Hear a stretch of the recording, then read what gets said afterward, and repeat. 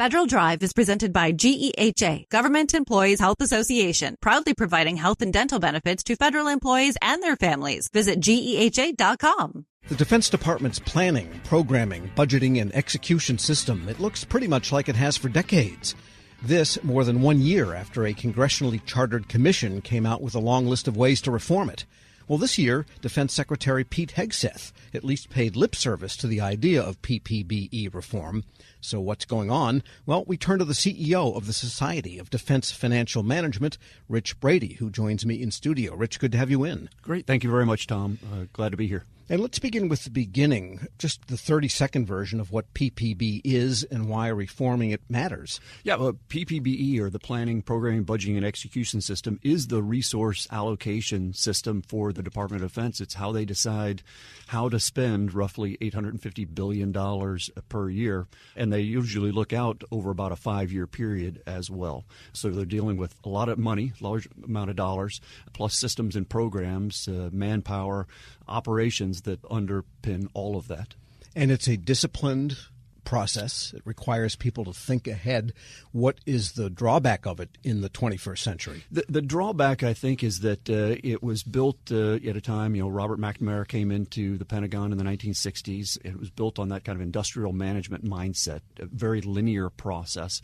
There are some overlapping parts, but it's still incredibly linear when you look at it, again, just like the name implies, planning, programming, budgeting, execution. The sense is that you go through each one of these processes sequentially. And that takes a lot of time when you're moving that amount of money, $850 billion. And so it just is not agile or responsive enough today, and doesn't take into account, modern ideas around resource allocation and the use of systems. So best industrial practice has moved on since the 1960s.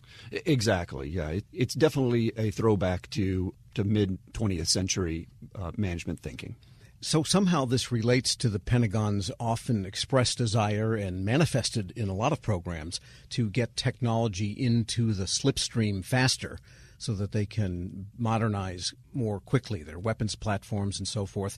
Is that part of the drawback here? Well, and they have been doing that. I want to say that there have been changes to the system, since the 1960s. Almost every secretary that comes into the department puts their imprint on the PPBE process to a certain extent.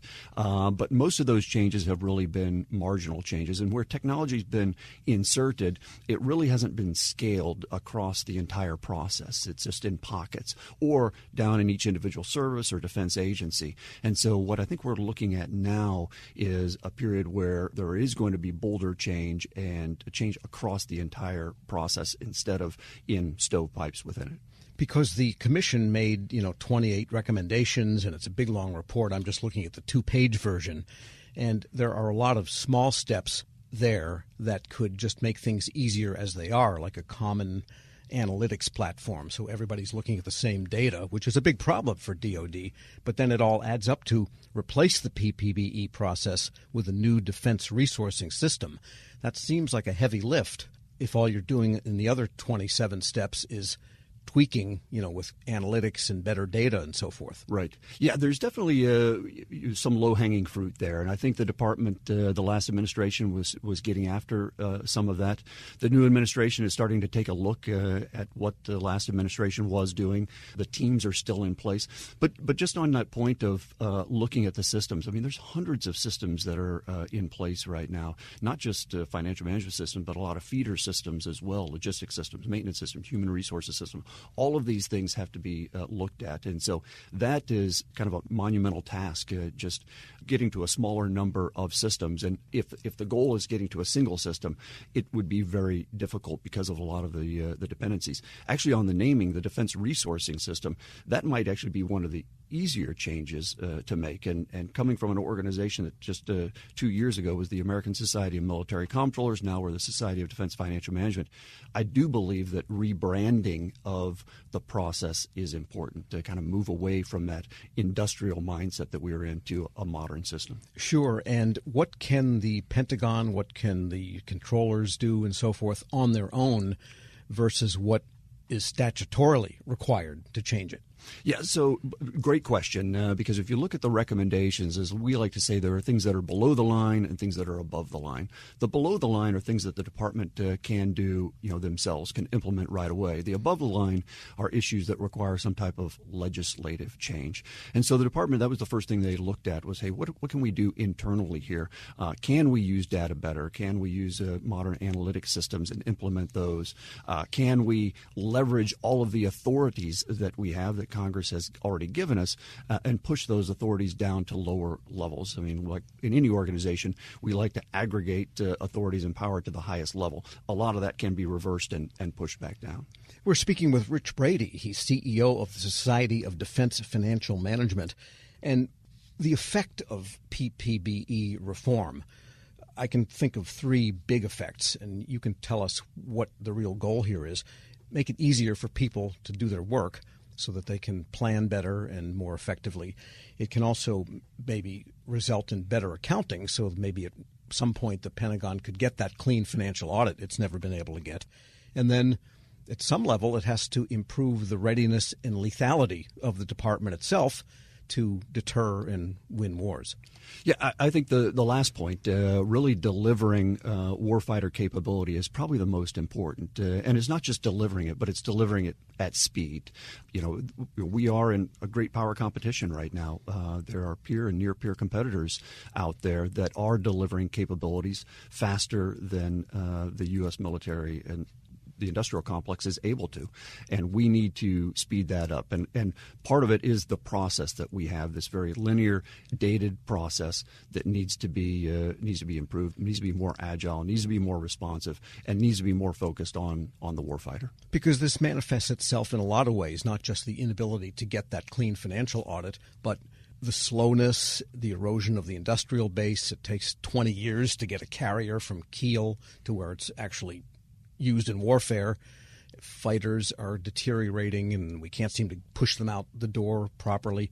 There's a lot of manifestations of this. There are, and there's a lot of other systems in place. It's not just the PPBE system, which is the resource allocation system. You also have the requirements generation system governed by groups like the Joint Requirements Oversight Council within the Pentagon.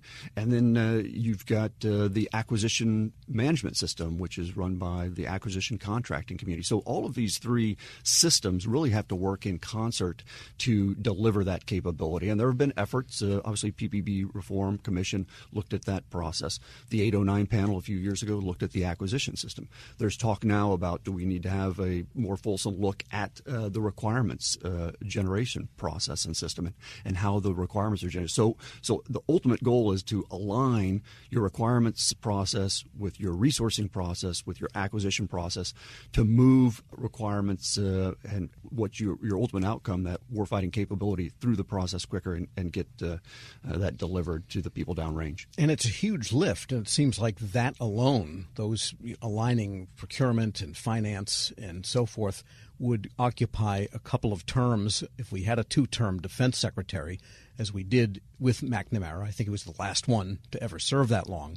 And I always thought if Bob Gates couldn't get this done, who can? Well, I think that we're operating kind of in a unique period right now where we're seeing that this administration is willing to make very bold changes. You look at a lot of the changes that took place just in the PPE process or in these other systems over the previous administrations.